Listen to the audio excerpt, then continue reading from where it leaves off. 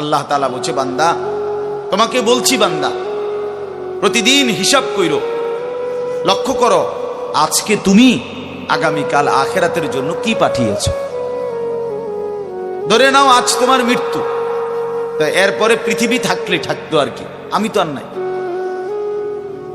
আমি মরে গেলে ভাইয়া পৃথিবী মনে করো আরো অনেক দিন থাকছে, পৃথিবী ধ্বংস হয় নাই, বুঝলাম কিয়ামত আরো 100 কোটি বছর পরেই হোক না, কিন্তু আমি তো আর নাই,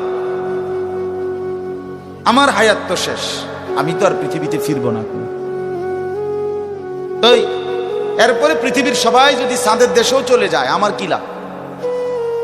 এরপরে মানুষ সব যদি স্বর্ণের বাড়িতেও থাকে আমার কি ফায়দা? আমার ফায়দাটা কি ভাই? বাবা বলেন, সুদের টাকা দিয়া, ঘুষের টাকা দিয়া, হারামের টাকা দিয়ে, আল্লাহর নাফরমানি করে, অবৈধ পন্থায় হারাম রোজগার করে ঘরবাড়ি দিয়ে গেলেন, ছেলে পেলে করে, তো ছেলে পেলে করে দিয়ে গেলেন, কিন্তু আপনি তো থাকতেন না, আপনি তো খুব অল্প সময়ের